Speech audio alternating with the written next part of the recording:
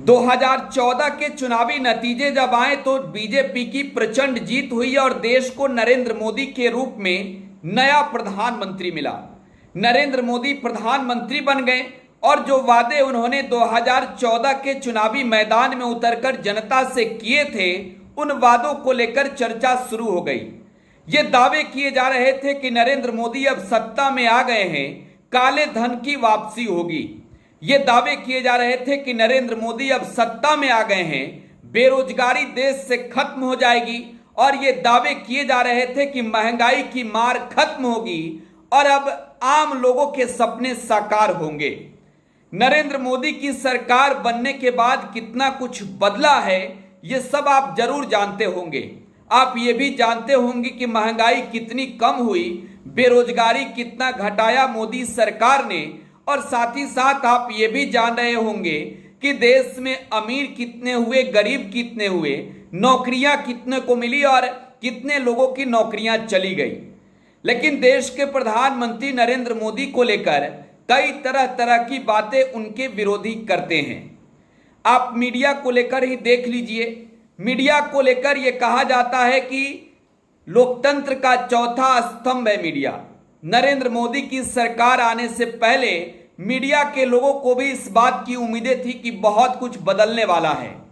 लेकिन 2014 के चुनाव के बाद जब नतीजे आ गए, नरेंद्र मोदी की सरकार बन गई और 1 साल पूरे हो गए, और जब सिस्टम नहीं बदला, कुछ भी पहले की तरह नहीं दिखा और तस्वीरें जब बदली नहीं, तो लोगों ने सवाल पूछा कि देश की मीडिया चुप क्यों है।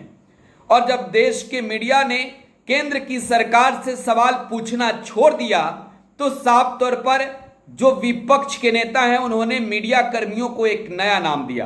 कहा कि ये लोग गोदी मीडिया वाले हैं। उन गोदी मीडिया के एंकर्स के नाम भी जारी किए गए और ये कहा गया कि ये लोग मोदी के तलवे चाटते हैं। इन्हें मतलब नहीं है कि लोकतंत्र में कितनी क्या कुछ खराबियां हो रही है और क्या कुछ बिगड़ रहे हैं, क्या कुछ बन रहे हैं। लोकतंत्र में लोगों के आवाज दबाए जा रहे हैं, और यही वजह है कि विपक्षी नेताओं ने जिन लोगों को गोदी मीडिया कहा, अब उनका बायकॉट भी शुरू कर दिया है।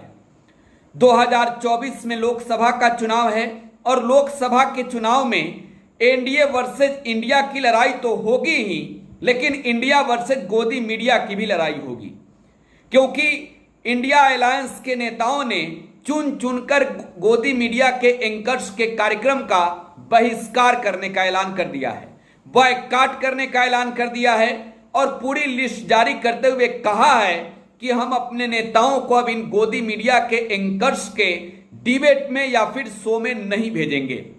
आपके सामने ग्राफिक्स दिखा रहे हैं हम।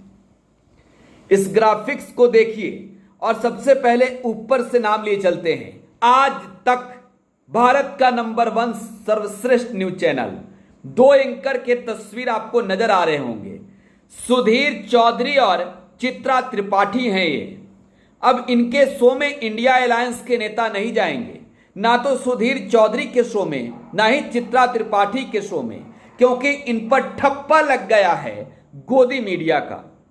आदिति त्यागी भारत एक्सप्रेस चैनल में एंकर है और आप इनके शो को देखते जरूर होंगे। बॉयकॉट कर दिया गया है इनका। Bharat 24 vision of new India, और यहां की एंकर है रूबिका लियाकत। शो करती हैं रूबिका लियाकत शो, लेकिन अब इस शो में कोई भी इंडिया अलायंस का नेता नजर नहीं आएगा। डीडी न्यूज पर अशोक श्रीवास्तव आपने देखे जरूर होंगे, और साथ ही साथ इंडिया टुडे पर गौरव सावंत और शिव अरोड़ के शो में भी गोदी मीडिया कि इस शो में कोई भी इंडिया अलायंस का नेता आपको नजर कभी नहीं आने वाला है। इतना ही नहीं, इंडिया टीवी की प्राची पराशर के शो में भी अपने नेताओं को जाने से रोक दिया है इंडिया अलायंस के नेताओं ने। आगे अब बात कर लेते हैं CNN न्यूज 18 के आनंद नरसिम्हन के। अब इनके शो में भी एंट्री नहीं मिलेगी। आनंद नरसिम्हा के साथ साथ अमन चोपड़ा और अमीश देवगन जो न्यूज 18 इंडिया के हैं, अब इनके शो में भी खूब बवाल होता है, खूब बातें होती है, लेकिन इनके शो में भी एंट्री रोक दी गई है।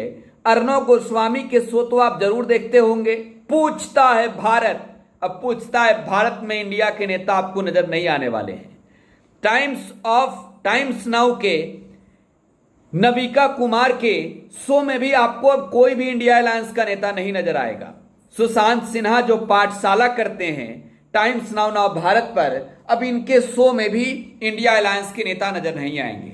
यानी कुल मिलाकर इन पर ठप्पा लग गया है कि ये सब गोदी मीडिया वाले हैं। ये तलवे चाटते हैं केंद्र सरकार के, ये तलवे चाटते हैं मोदी के, ये गुलामी करते हैं, ये सब गुलाम हैं। इन्हें वही पूछना होता है जो इनके आका फरमान सुनाते हैं। इनके आका कहते हैं कि परेशान करो, पूछो सवाल उन राज्यों के नेताओं से, सिर्फ और सिर्फ छोटी छोटी घटनाओं को बड़ी बनाकर दिखाओ उन राज्यों के नेताओं से जहां बीजेपी की सरकार नहीं है, और ये वही करते हैं। इन पर आरोप हमारा नहीं है, इन पर आरोप है इंडिया अलायंस के नेताओं का। आपकी क्या प्रतिक्रिया कमेंट बॉक्स में छोड़ जाइएगा। फिलहाल आप टुडे बिहार न्यूज के साथ बने रहें। धन्यवाद।